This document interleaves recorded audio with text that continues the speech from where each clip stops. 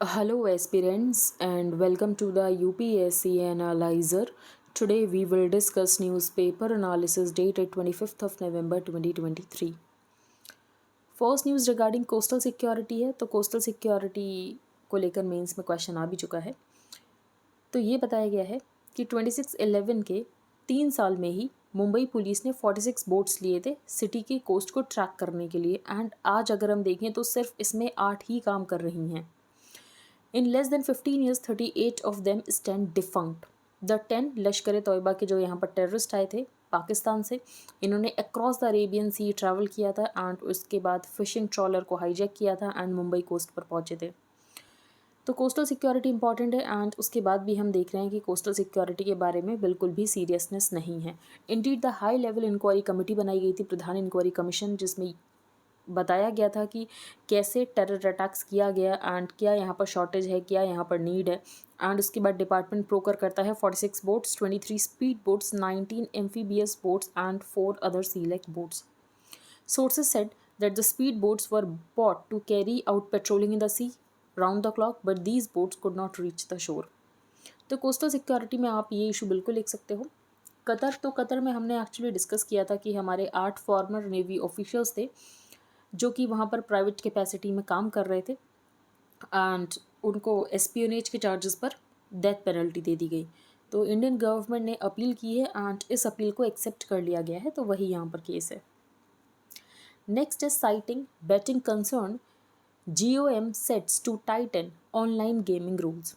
तो basically government में ये कंसेंसस है कि हमें ऑफशोर बेटिंग प्लेटफॉर्म्स को क्रैकडाउन करने की ज़रूरत है, क्योंकि जो ऑफशोर बेटिंग प्लेटफॉर्म्स है ये खुद को इस तरीके से प्रेजेंट कर रहे हैं कि ये एक ऑनलाइन गेमिंग ऐप है, लेकिन एक्चुअली ये ऑनलाइन गेमिंग ऐप नहीं है, ये एक बेटिंग ऐप है। Amid growing concern, the current rules lack legal teeth to effectively deal with the online gaming sector। तो सेंटर ने यहाँ पर एक प्रोसेस इनिशिएट किया है to review the regulations, specifically apprehensions को एड्रेस करने के लिए ओवर ऑफशोर बेटिंग एप्स जो कि खुद को मैस्कुरेट कर रहे हैं as online games and the potential for money laundering posed by players in the sector. And कुछ टाइम पहले अप्रैल में ministry of electronics and IT ने नोटिफाई किया था rules for the online gaming, जिसमें सेल्फ रेगुलेटरी बॉडीज़ बनाया जाएगा। तो ये भी इंपॉर्टेंट हो जाता है। गवर्नमेंट ने यहाँ पर जो सर्टेन है उसको RTI से बाहर कर दिया है। तो RTI इंपॉर्टेंट टॉपिक है मेंस में, RTI आपको पढ़ना होता है, तो उसके लिए ये न्यूज़ इंपॉर्टेंट हो जाती है कि जो सर्टेन है जो कि नोडल एजेंसी है, डील करती है साइबर सिक्योरिटी थ्रेट से, जैसे कि हैकिंग, फिशिंग, इसको purview of the right to information act से बाहर कर दिया गया है। इसको serial number 27 in the second schedule of the RTI act डाल दिया गया है। ठीक है, अब हम चलते हैं आगे। बाकी फर्स्ट पेज पर कोई इंपॉर्टेंट न्यूज़ नहीं है। यहाँ पर कोई इंपॉर्टेंट न्यूज़ नहीं है। दिल्ली में एयर क्वालिटी सीवियर हो गई है, 10th सीवियर डे है नवंबर में, ये बताया गया है। 5 स्टेट्स में इलेक्शन है, उसके बारे में है। ये इशू हम डिस्कस कर चुके हैं कि जो गवर्नर हैं ये बिल्स को एसेंट नहीं दे रहे हैं, तो सुप्रीम कोर्ट का क्या कहना है, इसको हम डिटेल में डिस्कस कर चुके हैं, तो बार बार सेम इशू डिस्कस नहीं करेंगे। हिंडनबर्ग का ये जो पूरा केस था, अडानी हिंडनबर्ग, ये हम पूरा डिस्कस कर चुके हैं, अडानी हिंडनबर्ग सागा, तो बार बार सेम बात डिस्कस करने का कोई मतलब नहीं है, तो उसको हम डिस्कस नहीं करेंगे।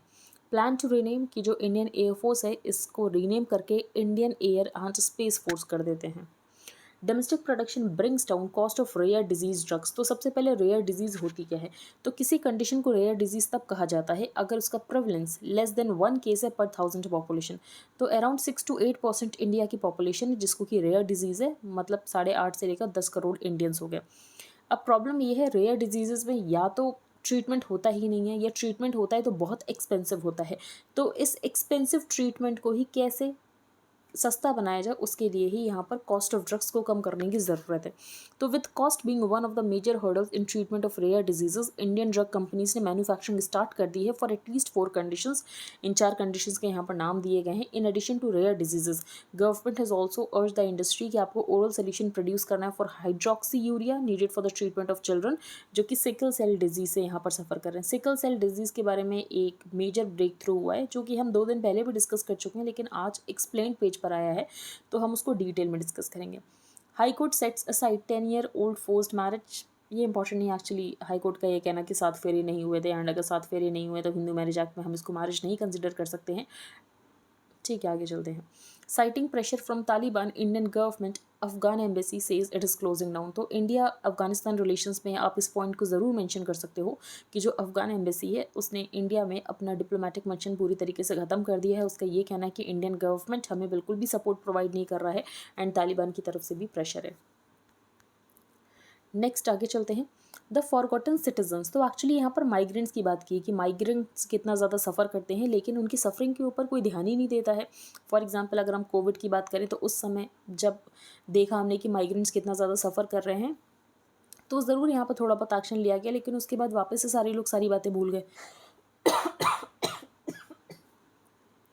We build statues, name stadiums and Bollywood जो स्टार्स होते हैं, क्रिकेटर्स होते हैं, पॉलिटिशियंस होते हैं, सबको ऑनर करते हैं, but for the human infrastructure of the nation, women and the man जो कि टनल्स बनाते हैं, जो कि हाईवेज बनाते हैं, जो कि फैक्ट्रीज को रन करते हैं, जो कि मिडिल क्लास होम्स को सर्विस प्रोवाइड करते हैं, the helpless migrant worker is truly the forgotten citizen, mainly breaking the surface of the national consciousness. National greatness is attributed to the products of the migrant exertion. फिर ये बताया गया है कि for example health crisis से सफ़र करते हैं, collapsed building में क्रश हो जाते हैं, या तो इंडस्ट्रियल सेफ्टी मैकेनिज्म नहीं होते जिसकी वजह से उनके हाथ पैर डिसेबल्ड हो जाते हैं। There are a variety of stands of internal migration in India. तो यहाँ पर बहुत सारे रीजंस की वजह से माइग्रेशन होता है। Depending on the sources anywhere between 35 to 40% of the Indian population जो है ये इंटरनल माइग्रेशन का पार्ट है। The vagaries of agriculture. तो एग्रीकल्चर की अगर हम बात करें तो सीजनल होता है, तो जिस काम यहाँ पर लीन सीजन है तो वहाँ पर काम के लिए बाहर जाते हैं लोग। तो not with standing the actual type of international migration, however it converts into massive numbers. तो माइग्रेंट लेबर फोर्स हम नेशनल प्राइड समझते हैं इसको कि ये हमें न्यू इंडिया बनाने में मदद करी, लेकिन आपको उनके लिए लॉज बनाने चाहिए। तो laws that govern workers rights to not in general account for the need of migrant workers. In effect the migrant worker is reduce to an abstraction providing labour but not being accounted for in his or her humanity. तो basically ये author ने कहा कि labour laws को कैसे week किया जा रहा है। हम स्मार्ट सिटीज़ बिल्ड करते हैं लेकिन हम ये नहीं सोचते हैं कि उन लोगों की लाइफ कैसी होगी जो कि अपने घर को छोड़कर बाहर जाते हैं at the mercy of hostile strangers and उनको मटीरियल एंड ह्यूमन डिग्निटी तक नहीं मिलती है। तो ये सब कुछ ऑथर ने पॉइंट उठाया है। माइग्रेशन एक टॉपिक है सोसाइटी में, तो अगर माइग्रेशन के आपने नोट्स प्रिपेयर कर रखे हैं एटलीस्ट 2-3 पेजेस के, देन इट्स ओके। आपको इस आर्टिकल में ऐसा कुछ इंपॉर्टेंट पॉइंट नहीं है जो कि आप कोट कर सकते हो। A new cure. तो यहाँ पर सिकल सेल डिसऑर्डर पेशेंट्स की बात की गई है। तो सबसे इंपॉर्टेंट यहाँ पर पॉइंट है क्रिस्पर Cas9। तो क्रिस्पर Cas9 में को लेकर प्रीलिम्स में 2 बार क्वेश्चन आ चुका है। क्रिस्पर Cas9 एक जीन एडिटिंग थेरेपी है एंड इसके लिए नोबेल प्राइज़ भी मिला था, if I am not wrong I think 2020 में मिला था। A revolutionary gene editing therapy holds out hope for millions of sickle cell anaemia patients across the world including in India where about 30,000 to 40,000 children born with the disorder. तो सबसे ज़्यादा sickle cell anaemia के patients आपको मिलेंगे Africa में and उसके बाद second number पर इंडिया है। लास्ट वीक यूके पहला कंट्री बना था to approve the use of Casgevy which uses the gene editing tool CRISPR Cas9 and current remedy अगर हम देखें सिकल सेल 9 की तो कीमोथेरेपी होती है, हाइड्रोक्सी यूरिया होती है एंड फाइनल यहाँ पर बोन मैरो ट्रांसप्लांटेशन होता है। In sickle cell disease actually यहाँ पर क्या होता है कि जो रेड ब्लड सेल्स हैं ये नॉर्मली डिस्क शेप के होते हैं, लेकिन सिकल सेल में ये क्रिसेंट शेप के हो जाते हैं जिसकी वजह से ये ठीक से हीमोग्लोबिन को कैरी नहीं कर पाते हैं। तो haemoglobin deficient cells are an almost exact contrast. जब ये अपनी ऑक्सीजन को लूज कर देते हैं तो ये क्रिसेंट शेप में हो जाते हैं and they die much more rapidly than their normal counterparts. और इनकी जो शेप होती है उसकी वजह से ये जो सिकल सेल्स होते हैं ये स्टिक करते हैं to the blood vessels and ये लाइफ थ्रेटनिंग डिजीज हो जाती है। इंडिया में सेकंड हाईएस्ट बर्डन है सिकल सेल डिजीज़ का, नॉट ग्रीन वर्सेस पुअर। तो COP27 UNFCCC की हुई थी शर्म एल शेख इजिप्ट में। Over the last couple of years inflation की वजह से कॉस्ट ऑफ लिविंग क्राइसिस आ रही। फॉर एग्जांपल फ्यूल की कॉस्ट बढ़ रही है, जैसे कि जब यूक्रेन रशिया वॉर हुआ तो फ्यूल की कॉस्ट बहुत ज़्यादा बढ़ गई। तो कुछ लोगों का ये कहना है कि अगर हम क्लाइमेट चेंज एक्शन लेंगे तो ये अनअफोर्डेबल है एंड इसकी वजह से इन्फ्लेशन और ज़्यादा बढ़ेगा। तो ऑथर ने इसको काउंटर किया है। तो only stable economically sustainable future वो होगा जहाँ पर एनर्जी सिक्योरिटी हो एंड टेम्परेचर हमें 1.5 डिग्री सेंटीग्रेड तक लिमिट करना है। फॉसिल फ्यूल्स जैसे कि कोल, ऑयल, गैस ये मेजर ड्राइवर हैं कॉस्ट ऑफ लिविंग क्राइसिस से। तो इसका मतलब ये है कि अगर हम रिन्यूएबल एनर्जी की तरफ शिफ्ट करेंगे तो अपने आप ही इन्फ्लेशन जो है वो कम हो जाएगा। Prices have swung widely as they frequently do, driven higher by uncertainty and conflict. For example, यहाँ पर ट्रांसपोर्ट की कॉस्ट बढ़ रही है, फूड की, इलेक्ट्रिसिटी की, बेसिक हाउस होल्ड नेसेसिटीज़ की। This comes as climate disasters are also getting worse in every country. This year, likely to be the hottest होने वाला है 1,25,000 ईयर्स में। ज़्यादा डिस्ट्रक्टिव स्टॉर्म्स आ रहे हैं, अनप्रडिक्टेबल रेन्स हैं, फ्लड्स हैं, हीट वेव्स हैं, ड्रॉट्स हैं, मैसिव इकोनॉमिक डैमेज हो रहा है। लेकिन फॉसिल फ्यूल्स अभी भी यूज़ किया जा रहा है। फॉसिल फ्यूल्स को फेज आउट करने की बात क्यों नहीं कर रही है सरकार? फॉर एग्जाम्पल इन 2022 गवर्नमेंट्स ने यहाँ पर $7 ट्रिलियन पैसा लगाया है टैक्स पेयर का फॉसिल फ्यूल सब्सिडीज़ के लिए। तो ऑथर का यही कहना है, जो आप फॉसिल फ्यूल सब्सिडीज़ में इतना पैसा लगा रहे हो, ये आप रिन्यूएबल एनर्जी में क्यों नहीं लगा रहे हो? There is a cause for optimism. अगर गवर्नमेंट इस साल COP28 जो कि दुबई में हो, वहाँ पर अगर फोकस करें सॉल्यूशंस के ऊपर कि हमें क्लाइमेट चेंज को मिटिगेट एंड अडेप्ट करना है, तो हो जाएगा। At COP28 we can agree on tripling the world's renewable energy capacity. हम एनर्जी एफिशिएंसी को डबल कर सकते हैं एंड जो डेवलप्ड कंट्रीज़ हैं ये फाइनेंस प्रोवाइड कर सकते हैं डेवलपिंग कंट्रीज़ को, एंड हम क्लाइमेट जस्टिस को डिलीवर कर सकते हैं। Next the Altman firing and rehiring. तो ओपन AI जो है उसमें इनके CEO को निकाल दिया गया था, सैम ऑल्टमैन को, एंड वापस इनको हायर कर लिया गया है। तो क्या ये कॉर्पोरेट सागा चल रहा है? आपको इससे कोई लेना देना नहीं है। आर्टिफिशियल इंटेलिजेंस एक टॉपिक है GS3 में, साइंस एंड टेक्नोलॉजी में, तो बस वो आपको प्रिपेयर करना है। तो open AI the world's leading AI company, basically जिसने यहाँ पर ये ChatGPT बनाया था, fired their chief executive Sam Altman and co founder and president, and बाद में इनको वापस से हायर कर लिया गया है। तो इनकी जो भी कॉर्पोरेट पॉलिटिक्स है वो बताई गई है, जो कि आपके लिए इंपॉर्टेंट है। आर्टिफिशियल इंटेलिजेंस की यहाँ पर डेफिनेशन लिखी हुई है, लेकिन वो इतनी अच्छी नहीं है। आप आर्टिफिशियल इंटेलिजेंस की डेफिनेशन कहीं से भी ले सकते हो। तो आर्टिफिशियल इंटेलिजेंस क्या होता है? तो मशीन एक ह्यूमन बीइंग की तरह बिहेव करती है, उतने ही इंटेलिजेंस के साथ बिहेव करती है। सैम ऑल्टमैन को फाउंडर हैं ओपन AI के, एंड किस तरीके से ये अनरेगुलेटेड AI डेवलपमेंट हो रहा है उन सब की बात की गई। ओपन AI जिसने यहाँ पर ChatGPT को बनाया, इसको 2015 में क्रिएट किया गया था नॉन प्रॉफिट स्ट्रक्चर की तरह। नेक्स्ट है a constitution for all seasons. तो क्या इंडिया को एक दूसरे कॉन्स्टिट्यूशन की ज़रूरत है? क्या हमें अपने कॉन्स्टिट्यूशन को रीराइट करने की ज़रूरत है? तो ऑथर ने कहा नहीं, हमें अपने कॉन्स्टिट्यूशन को रीराइट करने की ज़रूरत नहीं है। अब ये आर्टिकल क्यों कॉन्स्टिट्यूशन के ऊपर लिखा गया है? क्योंकि November 26 को होता है संविधान दिवस या तो constitution day. Rewriting of constitutions एक अनयूजुअल थिंग नहीं होगी, क्योंकि बहुत सारे कॉन्स्टिट्यूशंस आपको मिल जाएंगे, बहुत सारे देशों के कॉन्स्टिट्यूशंस जो कि कई बार लिखे गए हैं। फॉर एग्जांपल फ्रांस, हमारा पड़ोसी देश नेपाल, जिसके 6 कॉन्स्टिट्यूशंस अभी तक हो चुके हैं before finally settling for the present one in 2015। Chile in south America, ये भी अपने कॉन्स्टिट्यूशन को रिव्यू करने की बात कर रहे हैं। वैसे बहुत सारे कंट्रीज़ हैं जो कि बार बार अपने कॉन्स्टिट्यूशंस को लिखते रहते हैं। लेकिन इंडिया के कॉन्स्टिट्यूशन की जो स्टोरी है ये डिफरेंट एंड यूनिक है। किस तरीके से हमें ब्रिटिशर्स ने चैलेंज किया, क्या आप अपना खुद का कॉन्स्टिट्यूशन बना सकते हो? फिर नेहरू रिपोर्ट आती है। While allowing limited democracy, it enhanced the powers of the viceroy, including the power to dissolve the parliament, prompting Congress, कि इसको स्लेव कॉन्स्टिट्यूशन कहा गया। अगर हम बात करें तो कुछ कंट्रीज ऐसे भी हैं जो कि बिना कॉन्स्टिट्यूशन के भी बहुत अच्छे से रन कर रहे हैं। फॉर एग्जाम्पल वहाँ पर कोई रिटन कॉन्स्टिट्यूशन नहीं, for example UK, Israel. In any case Rajendra babus Sen advice, तो ये आप ज़रूर लिख सकते हो कि कॉन्स्टिट्यूशन को क्या रीराइट करने की ज़रूरत है या नहीं है। तो आप यहाँ पर राजेंद्र प्रसाद ने ये जो बात बोली आप बिल्कुल लिख सकते हो अपने कंक्लूजन में। तो कॉन्स्टिट्यूशन अच्छा भी होता है, तो अगर लोग अच्छे हों तो वो बुरा कॉन्स्टिट्यूशन भी अच्छा होगा। एंड अगर ठीक लोग ही ना हो उसको इम्प्लीमेंट करने वाले, तो कितना भी अच्छा कॉन्स्टिट्यूशन हो, बेसिकली वो इम्प्लीमेंट हो ही नहीं पाएगा। तो if the people who are elected are capable and man of character and integrity, they would be able to make the best even of a defective constitution.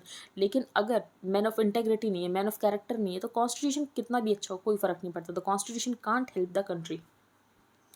After Fatima बीवी, तो कल ही हमने पूरा इनके बारे में डिस्कस किया था कि वुमेन एम्पावरमेंट ये कैसे शो करता है, ये कैसे फर्स्ट वुमेन सुप्रीम कोर्ट जज थी। तो वो सब कुछ यहाँ पर बताया गया। तो अगर आपको पढ़ना है तो आप पढ़ सकते हो। She was from Kerala, and जो फर्स्ट जज ऑफ द हाई कोर्ट थी वो भी केरला की थी, एंड उनका नाम था justice Anna Chandi. She was also from Kerala, and ये बताया गया कि जो इंस्टीट्यूशंस हैं उसमें डाइवर्सिटी होनी चाहिए, इंक्लूसिवनेस होनी चाहिए। फॉर एग्जांपल अगर विमेन होंगी तो जो विमेन होंगी ये आसानी से जा सकेंगी, इनको लगेगा कि हाँ इनकी बात कोई सुन सकता है, समझ सकता है। तो today women out number main in law, लेकिन उसके बाद भी बेंचेस में हम देखें तो विमेन का रिप्रेजेंटेशन बहुत कम है। तो विमेन यहाँ पर अगर हम देखें तो विमेन यहाँ पर बहुत सारी प्रॉब्लम्स फेस करती हैं। सेक्शुअल हैरेसमेंट ऑफ विमेन जजेस is not unknown to our legal system. There are other problems as well. For example यहाँ पर विमेन को करियर ब्रेक लेना पड़ता है। तो ये सब कुछ पॉइंट्स बताए गए हैं। How mothers are creating a forest to save world's largest delta, तो यहाँ पर सुंदरबंस की बात की गई है। एंड कैसे यहाँ पर इसको सेव किया जा रहा है, मैनग्रूव फॉरेस्ट को प्रोटेक्ट करके। तो मैनग्रूव यहाँ पर कार्बन सिंक का काम करते हैं। एक यहाँ पर इंपॉर्टेंट पॉइंट मेंशन है कि जो फॉरेस्ट होते हैं या जो नॉर्मल यहाँ पर ट्रीज होते हैं, ये एक्चुअली क्या करते हैं, ये कार्बन को ट्रैप करते हैं बेसिकली कार्बन सिंक करते हैं अपने रूट्स या ब्रांचेस में, एंड जब ये ट्री मर जाता है तो ये कार्बन जो है वापस से एयर में रिलीज हो जाता है। लेकिन जो मैनग्रोव है ये क्या करता है, ये कार्बन को कैप्चर करके सॉइल में ट्रांसफर कर देता है, जिसकी वजह से अगर मैनग्रोव खत्म भी हो गया लेकिन वो जो कार्बन है वो सॉइल में ही ट्रैप रहेगा। तो ये एक अलग सी बात है मैनग्रोव को लेकर। तो CO2 responsible for most of the global heating, तो CO2 का यहाँ पर सिंक होना चाहिए, कार्बन सीक्वेस्ट्रेशन होना चाहिए। अंटिल द इंडस्ट्रियल रिवॉल्यूशन जो अर्थ का नेचुरल सिस्टम था ये बैलेंस था, बेसिकली यहाँ पर जितना कार्बन एमिट हो रहा था उतना सिंक भी हो जा रहा था। लेकिन उसके बाद एंथ्रोपोजेनिक एमिशन शुरू हुए, हमने फॉसिल फ्यूल्स यूज़ करना शुरू कर दिया, हमने यहाँ पर व्हीकल चलाना शुरू कर दिया। Mangrove trees which dominate the tidal belt are particularly powerful in carbon capture, ये कार्बन को एब्जॉर्व करते हैं फ्रॉम द एटमॉस्फेयर एंड इसको सॉइल में डिपॉजिट करते हैं। ये एक इंपॉर्टेंट पॉइंट है। Mangroves on the other hand transfer the carbon to the soil where it stays unaffected even if the tree is destroyed, and ये कार्बन सिंक करते हैं मोर देन 10 टाइम्स अगर हम बाकी फॉरेस्ट से कंपेयर करें। COP27 में लॉन्च किया गया था मैनग्रोव अलायंस फॉर क्लाइमेट। इसके अलावा रीसेंट बजट में यहाँ पर सरकार ने लॉन्च किया था mangrove initiative for shoreline habitats and tangible outcomes. UPSC analyser mentorship programme चल रहा है जिसमें हम सारे करंट अफेयर्स डिस्कस कर रहे हैं फॉर दिस प्रीलिम्स। हम प्रीलिम्स के सारे इंपॉर्टेंट टॉपिक्स डिस्कस कर रहे हैं and we are also covering mains. तो अगर आपको ज्वाइन करना है तो आप कर सकते हो, अभी भी ज़्यादा टाइम नहीं हुआ है, बेसिकली 1 मंथ ही हुआ है, तो आप कवर कर सकते हो एंड आपका जो भी कवर करने में मैं आपको हेल्प कर दूँगी। तो यहाँ पर सब कुछ मेंशन है, आपको अगर ज्वाइन करना है तो कर सकते हो। एंड इसके अलावा अगर आपको सिर्फ इंडियन एक्सप्रेस की PDF चाहिए plus static portion related to Indian Express तो आप इसको भी बाय कर सकते हो। ये आपको कॉस्ट करेगा 150 रुपीज़ पर मंथ। बाकी डिटेल्स आपको कमेंट बॉक्स में मिल जाएंगे। सिकल सेल ब्रेक थ्रू, तो वही यहाँ पर जीन थेरेपी की बात की गई है कि जीन थेरेपी से हम कैसे सिकल सेल को ठीक कर सकते हैं। तो UK drug regulator last week approved a gene therapy for the cure of sickle cell disease and thalassaemia. This is the first licence therapy in the world based on the gene editing technology CRISPR-Cas9। तो CRISPR-Cas9 को genetic scissor भी कहते हैं। क्यों? क्योंकि actually यहाँ पर gene जो है इसको चेंज किया जाता है, जीन की यहाँ पर एडिटिंग की जाती है। तो जिस जीन की वजह से यहाँ पर सिकल सेल हो रहा है उस फॉल्टी जीन को यहाँ पर हटा दिया जाएगा। How does the therapy work, तो sickle cell disease and thalassaemia ये एरर्स की वजह से होते हैं। एक्चुअली यहाँ पर जो जीन फॉर हीमोग्लोबिन है उसमें यहाँ पर एरर हो जाता है। तो थेरेपी यहाँ पर पेशेंट के ओन ब्लड को यूज़ करती है स्टेम सेल्स के through which are precisely edited, और ये जो यहाँ पर स्टेम सेल्स इसको एडिट किया जाता है CRISPR-Cas9 की मदद से। फिर एक जीन होता है BCL11A जो कि क्रूशियल होता है for switching from foetal to adult haemoglobin. अब बेसिकली जो सिकल सेल होता है ये अडल्ट हीमोग्लोबिन में होता है लेकिन फीटल हीमोग्लोबिन में नहीं होता है। तो अगर हम एडल्ट हीमोग्लोबिन को फीटल हीमोग्लोबिन से रिप्लेस कर देंगे तो सिकल सेल भी खत्म हो जाएगा। तो foetal haemoglobin which is naturally present in everyone at birth does not carry the same abnormalities जो कि अडल्ट हीमोग्लोबिन कैरी करता है। तो therapy uses the body's own mechanism to start producing more of this foetal haemoglobin, and जिसकी वजह से यहाँ पर जो सिम्टम्स हैं दो कंडीशंस कौन सी, sickle cell anaemia and thalassaemia. अब sickle cell disease and thalassaemia क्या होती है तो हम देख चुके हैं सिकल सेल डिजीज क्या होती है। एक्चुअली यहाँ पर क्या होता है कि ये डिस्क शेप से चेंज होकर सेल्स का जो शेप है ये हो जाता है क्रोसेंट शेप का, एंड जिसकी वजह से ऑक्सीजन कैरी नहीं कर पाते हैं। तो सिम्टम्स मैनिफेस्ट इन पीपल जिसमें डैमेज जीन्स का पेयर होता है। तो अगर एक कॉपी हो तो कोई फर्क नहीं पड़ेगा अगर सिर्फ एक पेरेंट से यहाँ पर लिया गया है, लेकिन अगर दोनों कॉपी आ गई है मदर फादर दोनों से तो यहाँ पर पर्सन को डेफिनेटली सिकल सेल एनीमिया होगा। Thalassaemia leads to low levels of haemoglobin, and जिसकी वजह से फटीग रहता है, शॉर्टनेस ऑफ ब्रेथ रहती है, इरेगुलर हार्ट बीट्स रहते हैं। एंड जिन भी पर्सन्स को थैलेसीमिया होता है इनको ब्लड ट्रांसफ्यूजन की ज़रूरत पड़ती है, एंड कभी कभी ब्लड ट्रांसफ्यूजन की वजह से यहाँ पर एक्सेस आयरन हो जाता है जिसके लिए शेलेशन करने की ज़रूरत पड़ती है। India has the largest number of children with thalassaemia, and 1 से 1.5 लाख बच्चे हमारे यहाँ जो कि थैलेसीमिया से सफ़र कर रहे हैं। चैलेंज क्या है तो बेसिकली जीन एडिटिंग थेरेपी है जिसकी वजह से इसकी प्राइस यहाँ पर बहुत ज़्यादा है, $2 मिलियन पर पेशेंट, जो कि बहुत ज़्यादा कॉस्ट है। Why a NASA spacecraft fired a laser at Earth, and ये बिग डील क्यों है कि अगर नासा के स्पेसक्राफ्ट ने यहाँ पर लेज़र फायर कर दिया अर्थ में। तो ये नासा के स्पेसक्राफ्ट का नाम है साइके एयरक्राफ्ट, एंड साइके क्या कर रहा है तो एक मेटल रिच एस्टेरॉइड है वहाँ पर गया है साइके studying which could provide insights की जो आयरन कोर है हमारे प्लानट की इसके बारे में कुछ इन्फॉर्मेशन प्रोवाइड करेगा। तो बेसिकली जो स्पेसक्राफ्ट है ये वास्ट अमाउंट ऑफ डेटा कैसे लॉन्ग डिस्टेंसेस में प्रोवाइड करें अगर ये खुद बहुत रैपिड स्पीड से मूव कर रहे हैं। तो ये सबसे बड़ा चैलेंज है। तो इसके लिए वायरलेस कम्युनिकेशन का यूज़ किया जाता है, रेडियो वेव्स का यूज़ किया जाता है, लेकिन यहाँ पर एक्चुअली कुछ प्रॉब्लम्स होती हैं। Radio waves are most widely used for communication other than electromagnetic waves क्योंकि इनके पास डिजायरेबल प्रोपेगेशन प्रॉपर्टीज़ होती हैं। ये एटमॉस्फेयर से पास हो सकते हैं रिगार्डलेस वेदर कुछ भी हो, कोई फ़र्क नहीं पड़ता, बट ये बेंड हो जाती हैं अराउंड ऑब्स्ट्रक्शंस। अगर हम शॉर्ट वेवलेंथ की बात करें तो ये स्कैटर हो जाती है अगर ये कोई इंटरफेरेंस फेस करती है। तो इस प्रॉब्लम को रिजॉल्व करने के लिए नासा ने यहाँ पर बनाया है डीप स्पेस ऑप्टिकल कम्युनिकेशन। तो ये एक्चुअली जो साइकी एयरक्राफ्ट है ये कैरी कर रहा है DSOC, and NASA says that DSOC will allow data rates at least 10 times higher than state of the art radio telecommunication। तो नासा का साइके स्पेस क्राफ्ट एंड यहाँ पर DSOC का यूज़ किया जा रहा है, बस इतना आपको पता होना चाहिए। नेक्स्ट इकोनॉमी पेज पर कोई इंपॉर्टेंट न्यूज़ नहीं है, यहाँ पर इंसाइडर ट्रेडिंग वर्ड है जो कि एक्चुअली आपको पढ़ना होता है। स्टैटिक पोर्शन में इंसाइडर ट्रेडिंग क्या होती है, अगर आपको पता है then please tell me in the comment section. And I hope आपको सब कुछ क्लियर हो गया हो। अगर आपका कोई भी डाउट है तो आप टेलीग्राम ग्रुप पर पोस्ट कर सकते हो, आप कमेंट बॉक्स में बता सकते हो। If you liked the analysis then please like share and subscribe. Thank you and have a nice day.